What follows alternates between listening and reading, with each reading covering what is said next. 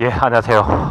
이번 시간은 형사소송법에 대해서 알아보는 시간이 되겠습니다. 형사소송법이라고 하는 것은 국가 형벌권 행사의 전 과정을 형사소송이라고 하죠.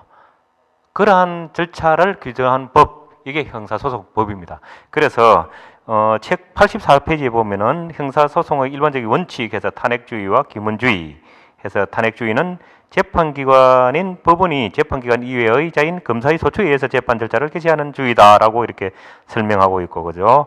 그 다음에 기문주의는 법원의 직권으로 심판을 개시할 수 있는 것을 말한다라고 그렇게 이제 설명해놨네요. 그 다음에 직권주의와 당사자주의.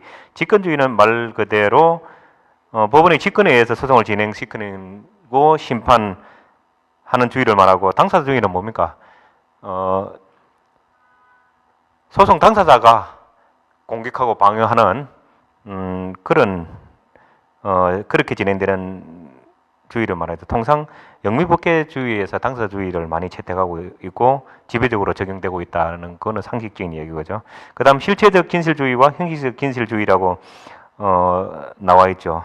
그래서 실체적 진실주의라는 것은 법정에서 어떤 법이 추구하는 이념, 정의 이런 부분들을 실질적 진실을 한번 밝혀보자 하는 그런 주의고, 그것이 아니라 형식적 진실주의는 법원이 어떤 증거 위주로, 제출된 증거 위주로 사실의 어떤 여부, 주장, 부인 뭐 이런 것들을 증거에 구속되어서 기초해서 사실의 진부를 한번 인정한다 하는 그런 주의를 이야기하고 있어요. 그래서 형사소송법에서 이 부분에서 크게 시험에는 나오진 않았지만 상식적인 읽어보면 알 수 있는 내용이기 때문에 잠깐 언급했고요.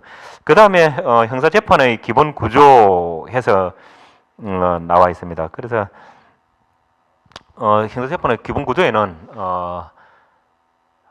뭐 우리 개념적인 이야기로 보면 국가소추주의죠. 국가소추주의.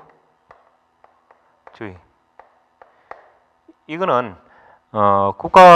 검사는 단독 관청이죠. 검사 한 사람 한 사람이 법무부에 소속된 국가에서 권한을 부여해준, 그래서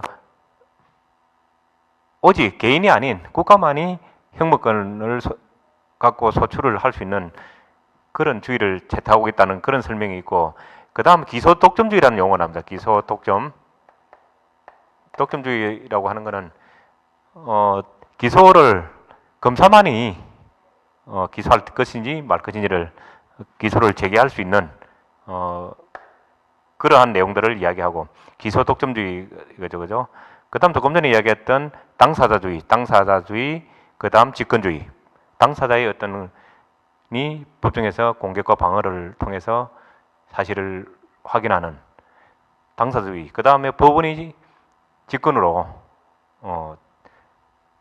하는 그런 직권주의, 그런 이야기가 나오고요. 그 다음에 증거재판주의가 나오고 오직 증거에 의해서만 재판이 이루어져야 된다는 그런 얘기죠. 증거재판주의. 그 다음에 자유심정주의라는 이야기가 나옵니다. 자유심정주의. 증거재판을 원칙으로 하고 있지만 법관은 개정된 재판정에서 자유로운 어떤 법관의 의사에 의해서 심정을 굳혀서 판결을 하는 할 수 있다는 그런 이야기가 되겠죠. 자유심정주의.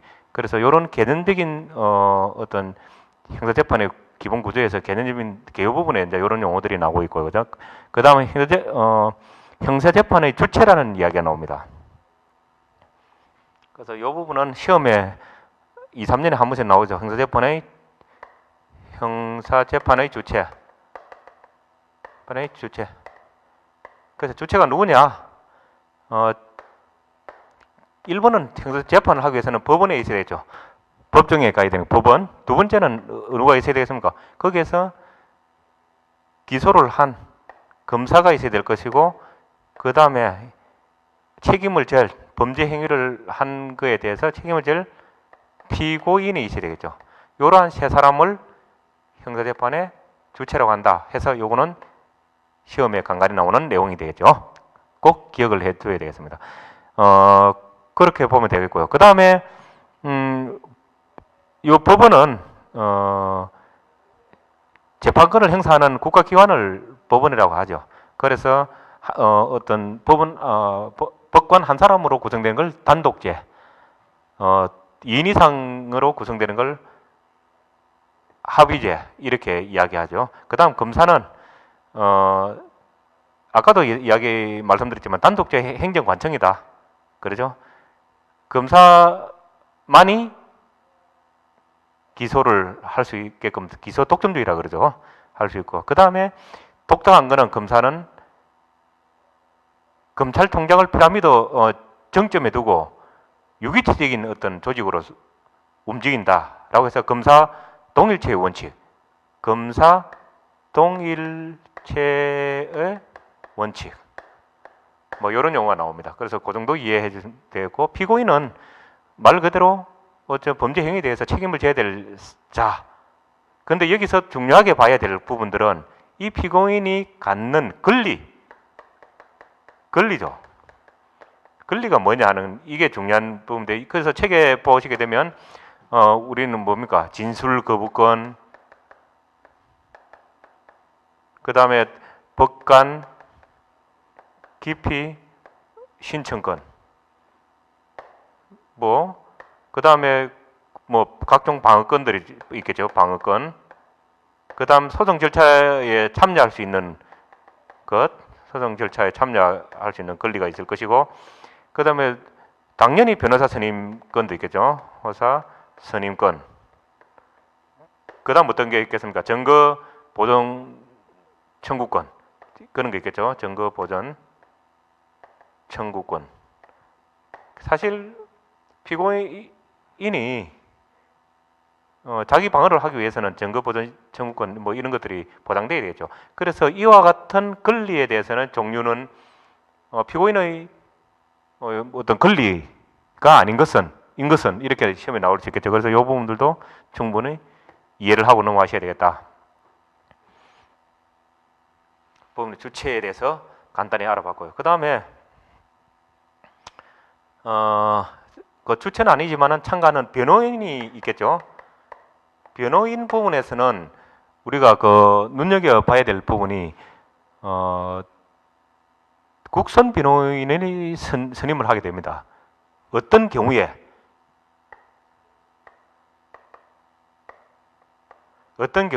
그래서 두 가지 종류가 책에 기술되어 있죠. 하나는 법원이 직권으로 국선 변호사를 선임하는 경우가 있고요. 그렇지 않고 피고인 자신이 청구해서 하는 경우가 있겠죠. 그래서 이 부분도 중요한 포인트 부분입니다. 그래서 피고인이 선정하는 경우에는 빈곤하거나 그 밖의 사유로 인해서 본인이 청구할 수 있다 하는 그 부분 아셔야 되겠고, 그 다음에 법원이 직권으로 상견하는 부분, 이 부분의 어떤 종류도 시험에 나올 수 있겠죠. 그래서 책에는 보면은 피고인이 구속되어 있거나 당연한 얘기죠. 그 다음에 미성년자이거나, 그 다음에 피고인이 70세 이상이거나, 그래서 60세 이상 이런 식으로 시험에 잘 나오죠. 그래서 여러분들 눈여겨봐야 될 부분이고, 그 다음에 농아자, 심신 장애자, 이와 같이 자기 자신을 적극적으로 방어할 수 없는 사람들을 대변해라는 거죠. 그래서 이런 부분. 그 다음에 하나가 어떤 부분이 있습니까? 사형이나 무기 또는 책이 어떻게 되죠? 또는 단기입니다. 장기가 아니고 단기 3년 이상의 징역이나 금고에 해당하는 죄를 범했을 때는 직권으로 국선 변호를 선임할 수 있다. 이 종류는 여러분들이 꼭 기억을 해 주셔야겠다 하는 이야기죠. 그렇게 보면은 소송의 주체, 그 다음에 주체는 아니지만 변호사에 대해서 시험에 나올 수 있는 부분들은 다 언급이 되었습니다. 그 다음에 나오는 게 수사와 공소 제기라는 부분이죠. 제기. 수사는 뭐 여러분들 수사기관이 범인을 찾고 체포하고 하는 그런 어떤 일련의 과정들을 말하죠. 그래서 수사에서 중요한 포인트는 어떤 경우에 수사를 개시할 수 있느냐 하는 부분이죠. 무조건 아무 죄가 없는데 수사를 할 수 있는 부분은 아니죠. 그래서 수사 개시의 단서가 되는 게 뭐냐 하는 부분이 시험에 2, 3년 전에 나왔습니다. 그래서 단서가 되는 부분은 뭐냐 해서 이 부분들을 여러분들이 암기해 두셔야 되겠다. 현행범은 당연히 지금 죄를 짓고 있는 사람은 수사를 하고 체포하고 수사를 해야 되겠죠. 그 다음에 고소가 있거나 내가 피해를 입었다라고 고소하면 당연히 해야 되겠죠. 그냥 고발. 내가 당하지는 않았지만 제3자가 할 수 있는 게 고발이죠. 고발. 그 다음에 내 스스로 내가 이러이러한 행위를 했노라고 자수죠. 하는 경우. 그 다음에 변사자 금시.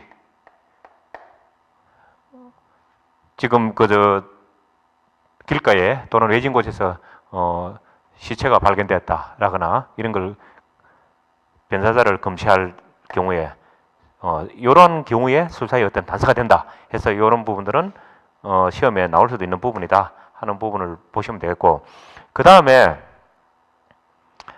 수사에서는 강제 수사와 임의 수사라는 책에 나옵니다.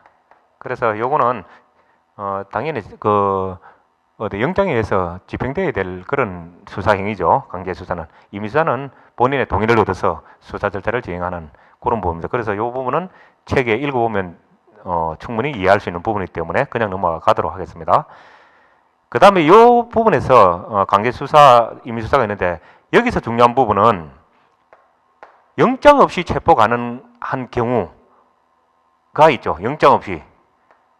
수사를 하려면 영장주의가 원칙인데 영장주의 예외죠. 영장 없이 체포를 가능한 게 언제냐라는 그런 이야기죠. 인신을 구금하거나 체포하거나 구금할 때는 영장이 원칙이죠. 그래서 영장이 없을 때 체포가 가능한 경우는 해서 나오는데 이때는 뭐 긴급 체포하거나 범죄 현장에서 긴급 체포하거나 현행범을 체포하거나 등등의 어떤 이야기들이 나옵니다. 그래서 이 부분을 주의 깊게 한번 읽어보시라는 뜻에서 제가 언급했고요. 그 다음에 수사를 할 때 이제 그 순서대로 한번 보면요. 수사할 때 이제 수사를 이렇게 이제 방금 이제 했죠. 그러면 어떻게 됐습니까? 수사에서 범인을 체포를 하겠죠. 체포하면 구속 이제 할 수도 있고 그렇죠. 체포 구속 부분은 88페이지인가요? 88페이지 나오는 부분인데 체포 구속 부분에서는 88페이지 중간 부분이네, 그죠? 체포 구속 부분이 나오고요. 체포 구속 부분에서 구속할 수 있는 부분, 구속할 수 있는 경우가 나오죠. 중간 부분에 보면은 피의자의 구속은 피의자가 죄를 범했다고 의심할 만한 상당한 이유가 있고 주거 부정, 증거인멸의 염려, 이미 도망하거나 도망할 염려 등의 사유가 있을 경우에 해당한다라고 해서 요건들이 나와 있습니다. 그 부분을 여러분들이 이해해 주면 좋겠다. 중간 88페이지 중간 부분에 나오는 이야기죠. 그 부분 이해를 해 주시면 되겠고, 그 다음에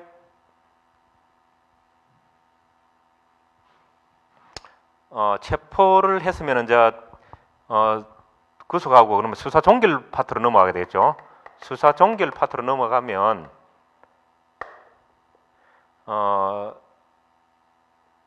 수사 종결이 되는 경우가 있죠. 언제 수사가 끝나느냐 해서 책에 여러분 보시게 되면은 기소,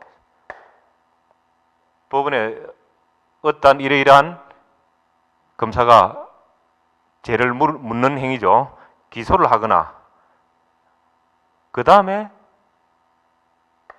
불기소 처분을 하거나 그 다음에 기소유예하거나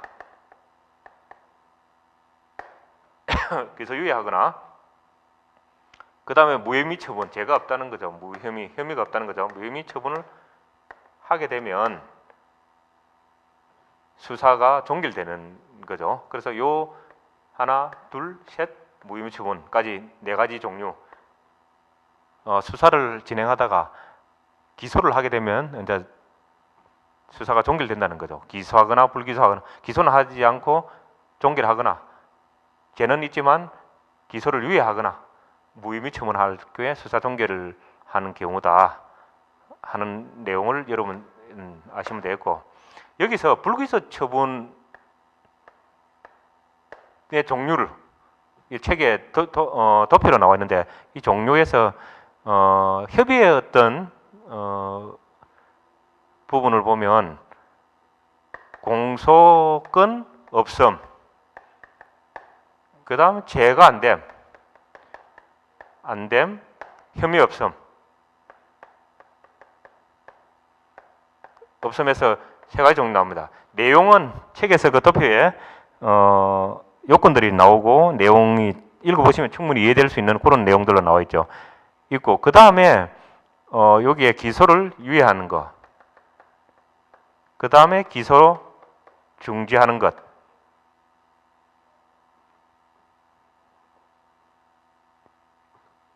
불기소 처분의 어떤 종류를 도표에서 설명하고 있습니다. 그래서 이 종류를 숙지해 주시면 되겠다.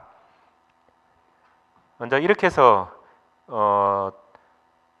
기소에 대한 부분들, 수사 종결되고 기소에 대한 부분이고, 이렇게 해서 기소가 돼서 공소 제기, 그 다음에는 수사 종결해서 공소 제기 부분 나오죠. 공소 제기, 재판을 해달라고 이제 공소 제기를 했다.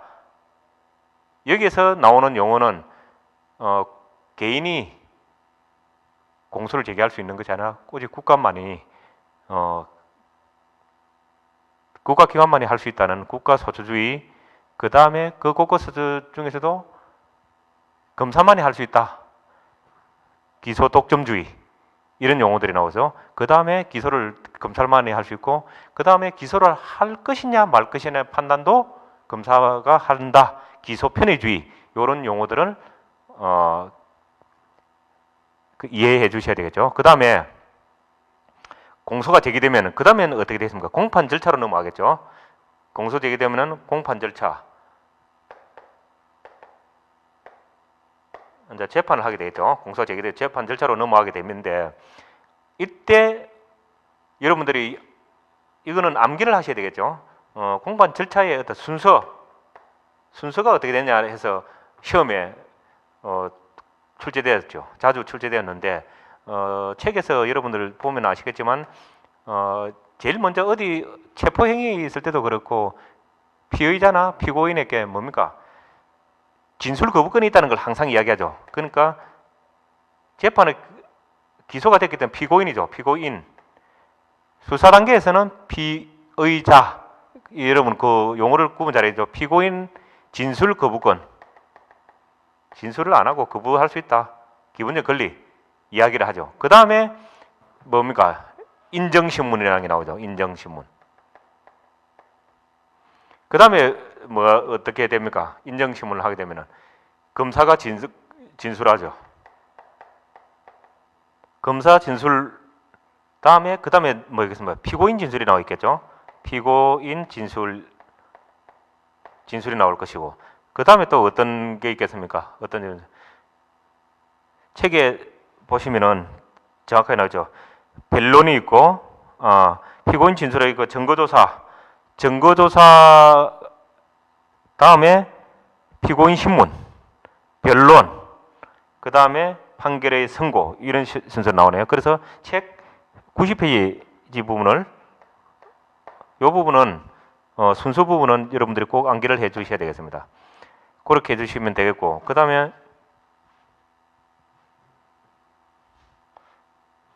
재판장에 가서 공판 절차가 그렇게 된다는 거죠. 공판 절차가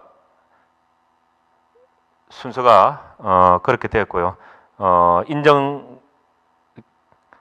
인정신문, 검사 진술, 피의자 진술, 증거조사, 피고인 신문, 그 다음에 뭐죠? 변론, 판결의 선고 이 순서로 공판 절차가 된다는 걸 꼭 숙지해 주시고 그 다음에 법원의 이제 재판이 되겠죠. 법원의 재판. 법원의 재판에서 여러분이 책에 나오는 걸 내용을 읽어보시고 그 숙지를 해두셔야 될 부분이 공소기각 결정이라는 용어가 나오고 읽으실 때 그 다음 공소기각 판결이라는 용어가 나올 겁니다. 요 경우에 할 수 있는 경우의 수들을 91페이지 보면은 그 중간 부분에 나와 있죠.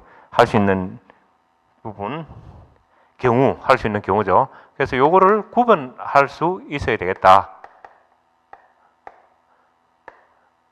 이제 말씀드리겠고요. 그 다음에 상소제도. 이 파트에서 형사소송법에서 시험 문제 나올 수 있는 빈도 중에서 가장 높은 부분이 상소제도겠죠. 상소제도라고 하는 것은 기본적으로 1심, 2심, 3심제도 우리나라는 3심제가 있다고 한다면 기본적으로 1심에서 2심이나 2심에서 3심이나 기본적으로 해당 신급에서 불복해서 위로 소를 제기하는 것을 상소라 그럽니다. 상소. 그래서 상소제도라고 하죠. 상소라고 하고 1심에서 2심, 2심에서 3심 하던 상소라고 그러고 1심에서 불복해서 2심으로 제기하는 것을 항소라고 그럽니다. 항소. 2심에서 불복을 해서 3심으로 하는 것을 상고라고 합니다. 그래서 상소, 상고, 항소 굉장히 헷갈리는 부분이 있는데 이렇게 도표로 해서 이해하시면 이해가 쉬울 것이다. 그래서 우리나라 같은 경우는 1심은 어떻게 됩니까? 지방법원 있죠. 지방법원 있을 것이고 지방법원에서도 단독제 합의부가 있겠죠. 또 합의부. 에서 2심은 고등법원이 있죠. 고등법원이 있고 여기에는 지방법원 합의부가 있겠죠. 예를 들어서 지방법원 단독부에서 배당됐던 사건에 대해서 불복하게 되면 지방법원 합의부로 갈 수도 있기 때문에 합의부가 2심이 될 수도 있겠죠. 그 다음에 지방법원에서 불복하게 돼서 고등법원으로 가게 되고 합의부에서 불복해서 고등법원으로 가고 이랬을 경우에 이 경우의 수는 항소다. 그 다음에 고등법원에서 30 대법원 고등법원의 판결이나 지방법원의 합의부에서 불복을 해서 상고할 경우에는 대법원으로 가게 되죠. 이러한 경우를 상고라고 한다. 이런 뜻이죠. 이렇게 해서 도표화해서 설명을 드리면 굉장히 쉽게 이해될 수 있겠죠. 그래서 이러한 항소, 항고하는 행위 자체 전체를 통틀어서 상소라고 하죠. 그래서 책 92페이지에서 상소의 종류에서 설명한 부분을 간단하게 설명드리면 이렇게 설명드릴 수 있죠. 자, 여기까지 해서 강의 부분을 마치고 형사소송법 문제를 몇 개 부분 문제를 통해서 집어보도록 하죠. 94페이지 2번 문제 같은 경우에는 형사재판에 있어서 거정책임과 관련된 내용에 타당하지 않는 것은 이런 내용이네요. 그래서 사실은 이거 거정책임이라는 것은 사실은 주장하는 자가 입증 책임이 있다. 이런 부분들을 이해하고 있느냐 없느냐는 부분을 묻고 있죠. 그래서 라합은 형사재판에 있어서의 거정책임은 피고인에게 있다 하는 것을 묻는 내용이 되겠죠. 그 다음에 6번 문제, 피고인에 대한 설명으로 옳은 것은 재판의 주체, 법원, 검사, 피고인 중에 피고인에 대해서 설명이 옳은 것은 라고 되어 있죠. 그래서 답은 같은 경우 범죄의 혐의를 받아 사법경찰관의 조사를 받고 있는 자, 피의자죠. 수사 단계에서는. 공소가 제기된 이후에는 피고인, 이 용어를 잘 이해해 주셔야 되고, 답은 범죄의 혐의를 받아 검사로부터 공소가 제기된 자다. 공소가 제기된 이후에는 피고인이다 한다. 여러분 그 구분을 하시라는 뜻에서 설명을 드렸고요. 7번 다음 중 피고인의 청구가 없어도 국선 변호인을 선임할 수 있는 경우가 아닌 것은, 그래서 앞번에 그 국선 변호인 청구할 수 있는 경우 해서 했죠. 그때 60세냐 70세냐 유의하셔야 된다 그랬죠. 그런 설명을 했었고, 결론적으로 답은 70세 이상이라고 되어 있었죠. 그래서 법원이 직권으로 선정할 수 있는 경우, 그 다음에 피고인 자신이 청구할 수 있는 경우 이렇게 했죠. 그래서 피고인이 구속되거나 피고인이 사형, 무기 또는 단기 3년 이상의 징역이나 금고에 해당되는 경우, 농아자, 그 다음에 심신장애자 등 설명을 했었죠. 피고인이 청구할 수 있는 경우는 빈곤, 기타 사유로 변호사를 선임할 수 없을 경우에는 국가에서 국선 변호사를 선임해 준다는 그런 이야기고요. 답은이 되겠죠. 그 다음에 9번 문제 같은 경우에는 고소와 고발에 대한 비교로서 틀린 것은 그렇게 되어 있는데, 고소와 고발은 취소하면 다시 할 수 없다는 점에서 같다라고 되어 있습니다. 고소는 본인이 직접 하는 것을 고소라고 하고, 고발은 범죄 어떤 현장에 제3자가 보고 하는 행위가 되겠죠. 고발은. 그래서 고소 같은 경우에는 한 번 본인이 당한 일을 한 번 경찰서에 신고하거나 했을 경우에는 그 다음에는 다시 취소한 경우에는 다시 할 수 없습니다. 불가능하죠. 그러나 고발 같은 경우에는 제3자인 경우에는 다시 할 수 있습니다. 그래서 이 부분이 틀렸다.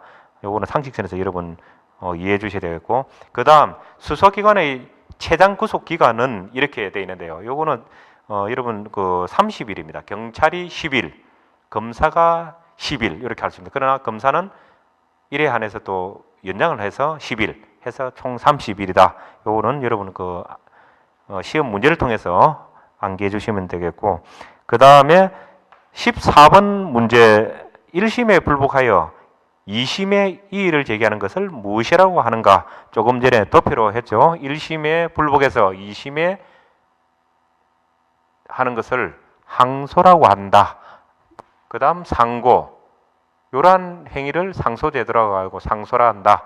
그래서 이 부분을 이해하고 있는지를 묻고 있는 부분이 되겠죠. 다음 장 15번 마지막 문제입니다. 비상상고에 관한 설명도 틀린 것은 이렇게 나와 있네요. 답은 비상상고는 이유 없다고 인정한 때에는 결정으로서 이를 기각해야 한다라고 되어 있는 부분이 있는데, 여기서 비상상고는 앞부분에 비상구제 절차에 대해서 설명을 않고 넘어온 부분인데요. 여기는 재심하고 비상상고가 비상구제 절차에 해당되죠. 그래서 요 15번 문제 같은 경우는 앞부분에 돌아가서 여러분을 공부할 때 내용 부분을 읽어보시면서 맞춰보시면은 가번이 답이라는 것은 쉽게 찾을 수가 있을 것입니다. 그래서 앞부분에서 중요도를 고려해서 설명하지 않고 어떤 부분이기 때문에 문제를 통해서 다시 한 번 더 한번 강조한 그런 경우가 되겠습니다. 그래서 이번 시간은 형사소송법에 대해서 알아보았고요. 다음 시간에는 여러분과 함께 민법에 대해서 알아보도록 하겠습니다.